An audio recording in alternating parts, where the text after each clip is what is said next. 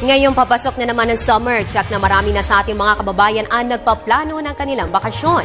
At kung sa hilagang destinasyon, siguradong swak ang Mountain Province sa iyong tour sa dami na magaganda nitong atraksyon. Tara na at sumama sa isang masayang summer adventure sa lalawigan sa balitang hatid ni Dina Pagipitan.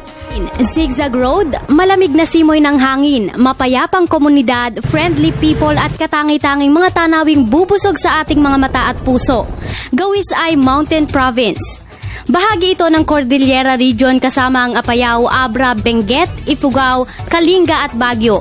83% ng probinsya ay kabundukan kaya naman hindi nakatakataka ang malamig na hangin dito. Bilang capital city ng Mountain Province, patuloy na pinapalawak ang turismo sa Bontoc dahil na rin sa napakarami pang atraksyong makikita rito.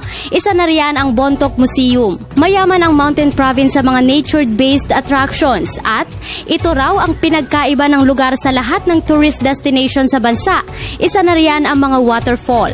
Kung gusto mo ng kakaibang trip mula sa Bontoc, bakit hindi ka pa bumiyahe ng Sagada na mahigit 1 oras lamang ang itatagal? Dito, mas malamig na simoy ng hangin ang mararanasan mo. Kitang-kita mo rin ang buhay na buhay pang kultura ng mga katutubo.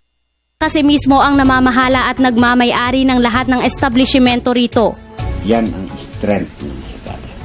Lahat ng tourism-related business yan owned by natives. Dito maaari mo ring bisitahin ang hanging coffins at ang 400-year-old burial cave na kinalalagakan ng may 100 ninunong katutubo.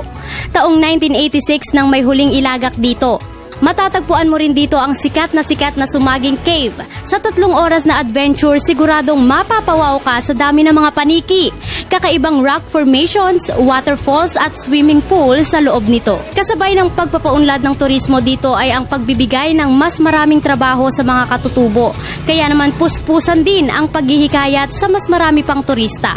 Kung may bisita kayong galing sa abroad, dalhin ninyo dito sa Mountain Province at have more fun in Mountain Province. Sa inyong pag-uwi, bakit hindi pa mag-picture-picture sa Banawe Rice Terraces? Ang hagdang-hagdang palayang gawa mismo ng ating mga katutubo.